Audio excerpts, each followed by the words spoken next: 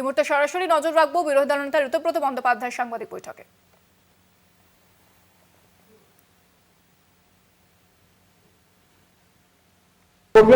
Budget বক্তৃতায় আমরা study করার পর, মানে আমি অর্থনীতিবিদ নই, আকরুজ্জামান সাহেব অর্থনীতিবিদ নন, তো প্রাইমারিলি যতটুকু আমাদের বাজেট বক্তৃতা, বাজেট পুরোটা এখনো পড়তে পারিনি, নোটও করেছি, সেই নোটগুলো থেকে বললাম ডেফিনেটলি হচ্ছে আমরা যখন বাজেট বিতর্কে আমরা আরো টিটবিটস ওয়েতে এই আলোচনায় অংশগ্রহণ করব।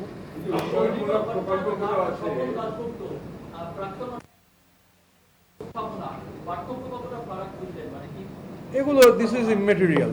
নতুন গভর্নমেন্ট একটা বাজেট পেশ করেছে, অষ্টাদশ বিধানসভার বাজেট, আমরা অষ্টাদশ বিধানসভার অপোজিশন, আমরা আমাদের বক্তব্য যখন বাজেট প্রাইমারিলি আজকে বললাম, আর বাজেট বিতর্ক যখন হবে তখন স্পেসিফিক্যালি বলবো।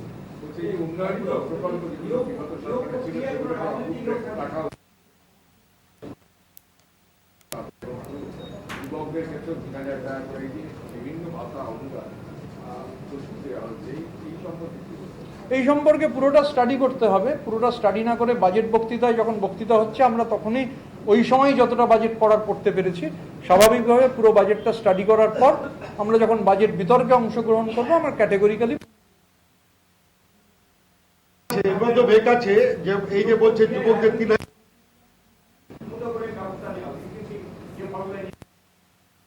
বাজেট এখনো পুরো পড়বার সুযোগ হয়নি, সেটা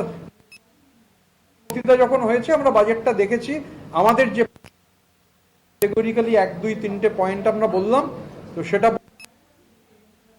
অংশগ্রহণ করব, আমরা কালেকটিভলি স্টাডি করে আমাদের যে বক্তব্য থাকবে সেটা আমরা হাউসের ভেতর বলবো।